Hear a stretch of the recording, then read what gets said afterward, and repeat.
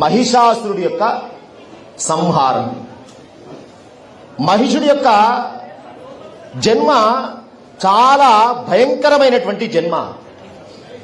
రంభుడనేటువంటి రాక్షసుడు పంచాగ్నుల మధ్యలో తపస్సు చేసినాడు. 5 అగ్నుల మధ్యలో ఇంద్రుడు ఆయన సోదరుడైనటువంటి కరంబుల్ని చంపినాడు. జలం మధ్య లోపల తపస్సు చేస్తూ ఉంటే మొసలిగా వెళ్లి చంపినాడు. వీడొక్కడు తమ్ముడు మిగిలినాడు రంభుడు. వీని కూడా మట్టు పెడదామనుకున్నాడు, కానీ వీడు అగ్ని మధ్యలో తపస్సు చేస్తూ ఉన్నాడు. వీని మట్టు పెట్టడం కష్టం అనుకున్నాడు ఇంద్రుడు. ఆ 5 అగ్నుల మధ్యలో తపస్సు చేస్తూ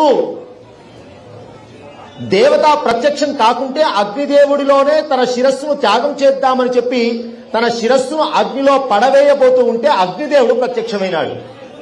కారణం, నీ తపస్సు వల్ల చేసినటువంటి ఈ శిరస్సును నేను దహించలేను, నీకేం వరం కావాలో కోరుకో. ఆయన అన్నాడు, ప్రపంచాన్ని జయించేటువంటి అద్భుతమైన శక్తివంతుడైన కొడుకు నాకు కావాలి. తథాస్తు. కొడుకు కావాలంటే పురుషుడి ద్వారా పుత్ర సంతానం, పురుషుడి ద్వారా సంతానం పొందే అవకాశం లేదు. కాబట్టి నువ్వు వెళుతూ ఉన్నటువంటి సందర్భంలో ఏ జీవి పైన అయితే నీకు కామభావం ఏర్పడుతుందో ఆ జీవే నీకు సంతానాన్ని ఇస్తుంది.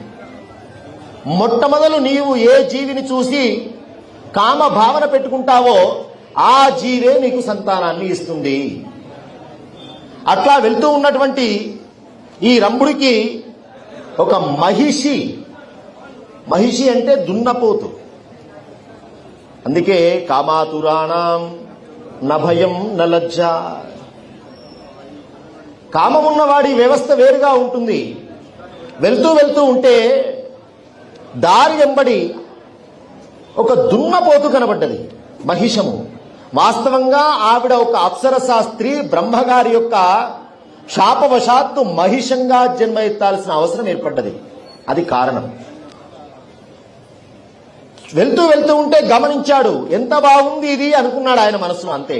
కామం అంటే అనేక రకాల భావన చేయవచ్చు. కామం అంటే కోరిక అని కూడా అర్థం. బాగా ఆలోచించండి. ధర్మ అర్థ కామ మోక్షాలు. ధర్మేచ అర్థేచ కామేచ. కామం అంటే అర్థము లోకంలో లౌకికంగా చెప్పబడుతున్నటువంటి విషయం కాదు. కామం అంటే సుఖము అని అర్థము. కామం అంటే కోరిక అని అర్థము. అలాగే ఆ మహిషాన్ని చూడగానే ఇది బాగుంది, ఎంత బాగుంది, ఇది స్త్రీగా మారితే ఎంత బాగుండు, సంతానం, ఇలా ఆలోచన చేసినాడు. అగ్నిదేవుడు ఇచ్చినటువంటి వరం వల్ల మహిషము గర్భాన్ని ధరించింది. చూడండి, వరం యొక్క ప్రభావం, మంత్రం యొక్క ప్రభావం. అందుకే కోరిక కూడా ఎప్పుడు కోరాలి, ఎలా కోరాలో తెలిసి ఉండగలగాలి. కోరడం తప్పు కాదు, కోరిక తప్పు కాదు, కామము తప్పు కాదు. కామము లేకుంటే విశ్వం యొక్క పరిపాలన జరగదు. కామము లేకుంటే సృష్టి లేదు. కోరిక లేకుంటే ఒక వ్యక్తి యొక్క ఉన్నతి లేదు. నేను ఇది కావాలి, నేను ఈ స్థానం సంపాదించుకోవాలి, అది కోరికే, కామమే. దాన్ని తప్పని ఎట్లా అంటావు? అంతెందుకు, భగవద్గీతా శాస్త్రంలోనే పరమాత్మ ఒక మాట చెప్పినాడు, స్టేట్మెంట్ ఇచ్చినాడు. కామం తప్ప అంటే ఆయన డెఫినేషన్ చెప్పినాడు. ధర్మా విరుద్ధో కామోహం. కామం నేనేరా అన్నాడు ఆయన. ఏ కామం నేను? ధర్మానికి విరుద్ధము కానటువంటి కోరిక ఏదైనా అది నా కోరికే. ఆ సంకల్పం నా సంకల్పమే, తప్పకుండా నేను నెరవేరుస్తాను.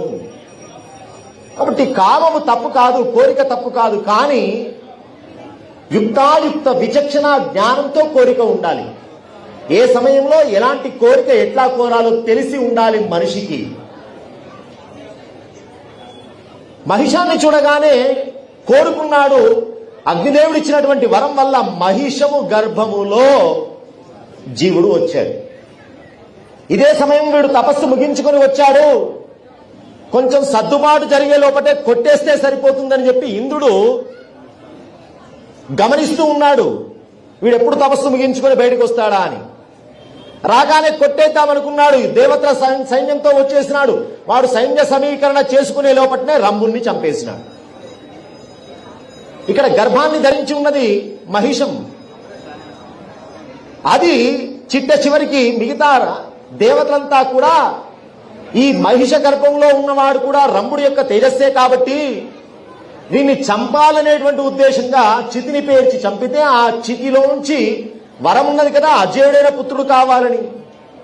తపస్సుకు ఫలితం ఉంటుంది కదా, అది ఎక్కడ పోతుంది? మహిషము దహనమైంది గాని చితి నుంచి పుట్టినవాడు మహిషాసురుడు. ఇంతవరకు చరిత్రలో